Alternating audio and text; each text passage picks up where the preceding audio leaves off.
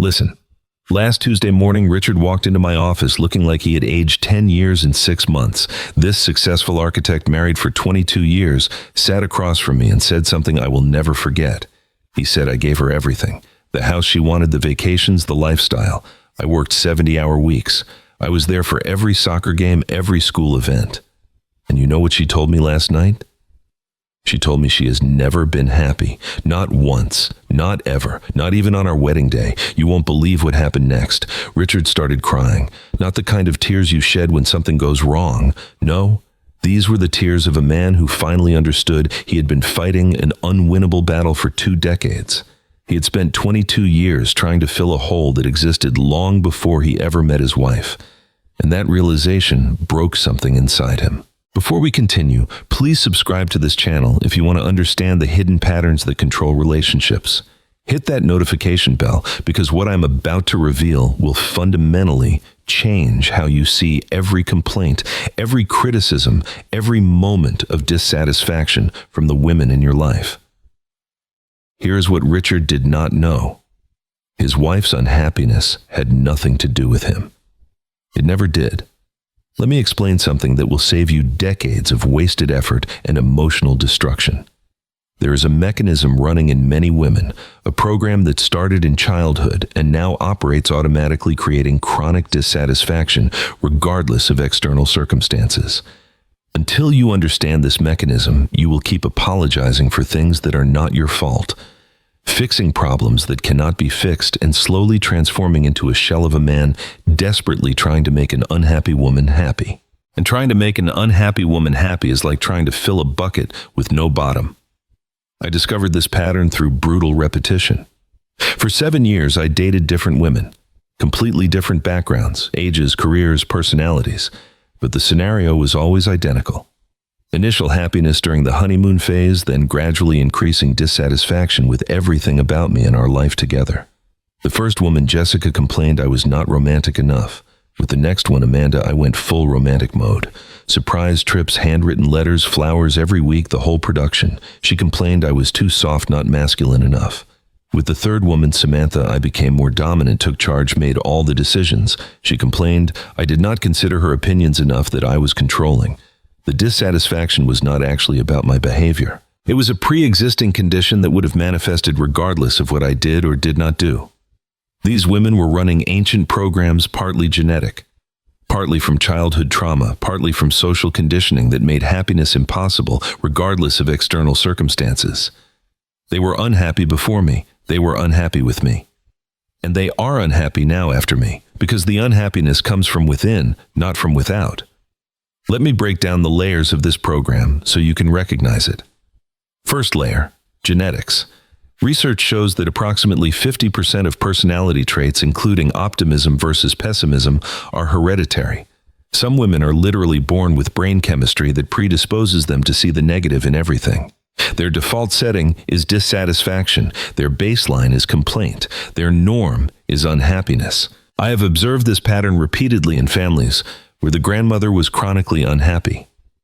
The mother is chronically unhappy, and now the daughter is chronically unhappy. 3 generations of women who could win the lottery, marry their dream man, live in paradise, and still find something to complain about because their brain is wired to find what is wrong, not what is right. This is not a choice. It is a genetic predisposition, like having blue eyes or being right-handed. But genetics is just the foundation. The real damage comes from childhood programming. Every chronically unhappy woman I have known had one of 2 childhood scenarios, sometimes both.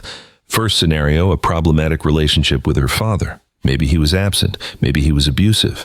Maybe he was just emotionally unavailable.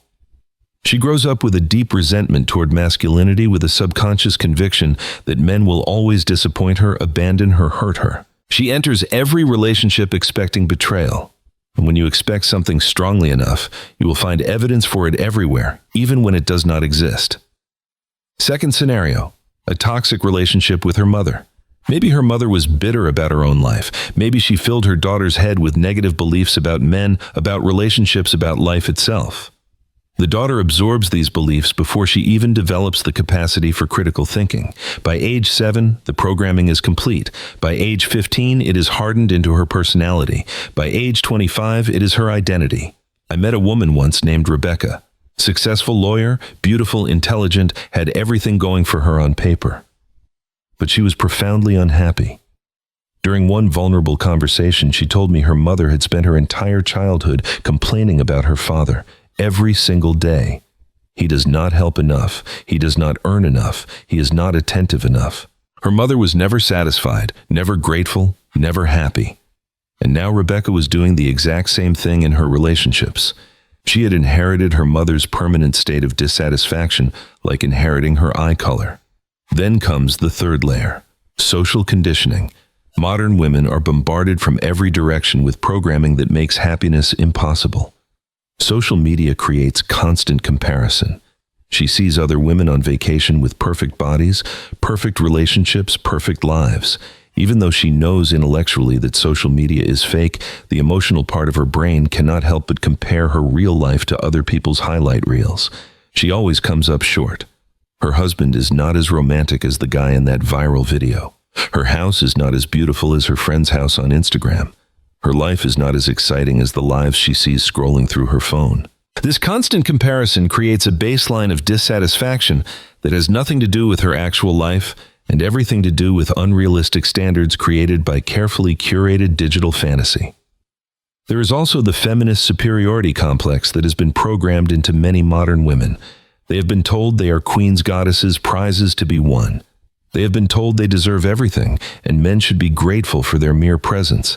This creates a dynamic where they see men as inferior beings who exist to serve them, provide for them, worship them. But here is the paradox. It is impossible to respect what you consider inferior, and it is impossible to be happy in a relationship with someone you do not respect. You cannot feel genuine connection with someone you see as beneath you. It is psychologically impossible. Many men encounter women who seem to actively sabotage their own happiness. She says she wants stability but creates chaos. She says she wants peace but starts fights. She says she wants love but pushes away affection. This is not conscious manipulation. This is an unconscious program playing out. She is recreating the dysfunction she knows because dysfunction feels like home to her nervous system. I knew a man named Thomas who dated a woman named Michelle for 3 years. Michelle came from a chaotic family. Her parents fought constantly, broke up and got back together multiple times, created drama everywhere they went. Thomas was calm, stable, consistent. He never yelled, never played games, never created unnecessary conflict, and Michelle could not handle it. The peace felt wrong to her. The stability felt suspicious. The happiness felt temporary. So she started creating problems out of nothing. She would pick fights over tiny things. She would create tests and challenges. She would manufacture drama because drama was the only emotional state that felt familiar to her. The childhood wounds run so deep that many women do not even recognize happiness when they experience it. I have seen women in genuinely good relationships create problems out of nothing because the peace makes them uncomfortable. They are so convinced that happiness is impossible that they make it impossible. They become the architects of their own misery while blaming everyone around them for it. Here is the darkest truth about female unhappiness. For many women, unhappiness has become an identity. They bond with other women through complaining. They get attention by being victims. They avoid responsibility by blaming their dissatisfaction on others.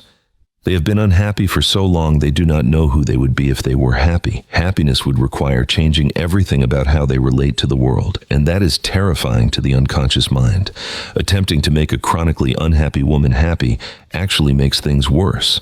You solve one problem, she finds another. You satisfy one need, she develops a new one. You fix one complaint, she creates another. Because the unhappiness is not about the problems. It is about the identity, the familiar feeling, the known state of being. Happiness would be foreign, uncomfortable, suspicious. The consequences for men are devastating. Good men spend years, decades, entire lives trying to make unhappy women happy, not understanding that it is impossible. They sacrifice their own needs, their own happiness, their own identity, trying to fill a hole that cannot be filled from the outside. They develop anxiety, depression, lose confidence, lose themselves, trying to please someone who cannot be pleased. They think if I just try harder, do more, be better, she will finally be happy. But she will not. Because her unhappiness is not about him.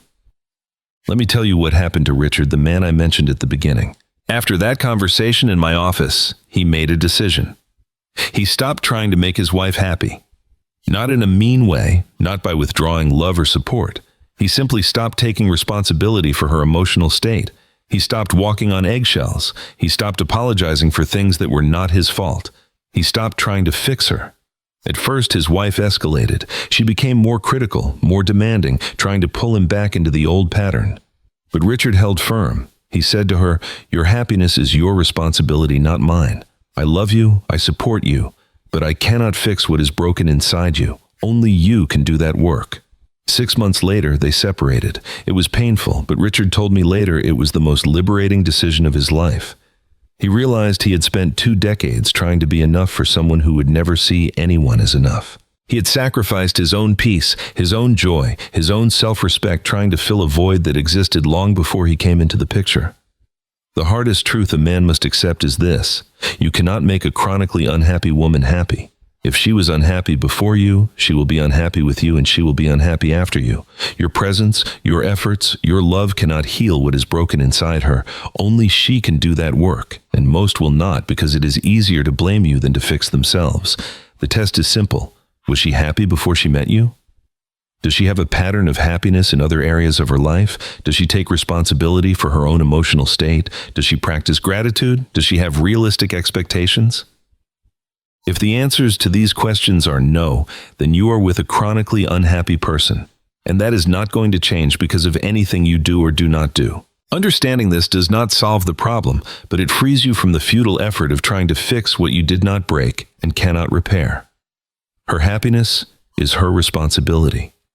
And until she takes that responsibility, she will remain unhappy no matter what you do, who she is with, or what she has.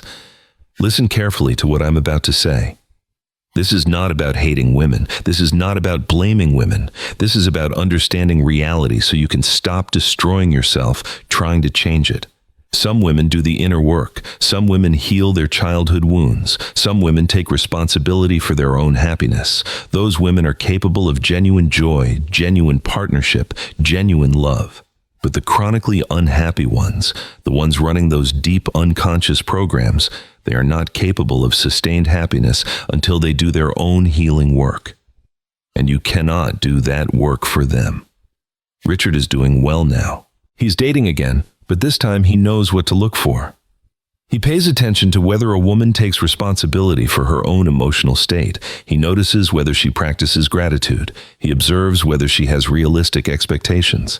He walks away at the first sign of chronic dissatisfaction because he knows that pattern now.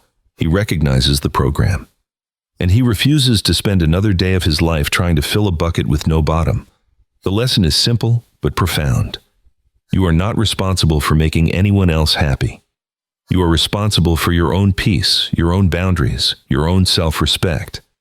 If you are with a chronically unhappy woman, you have 2 choices.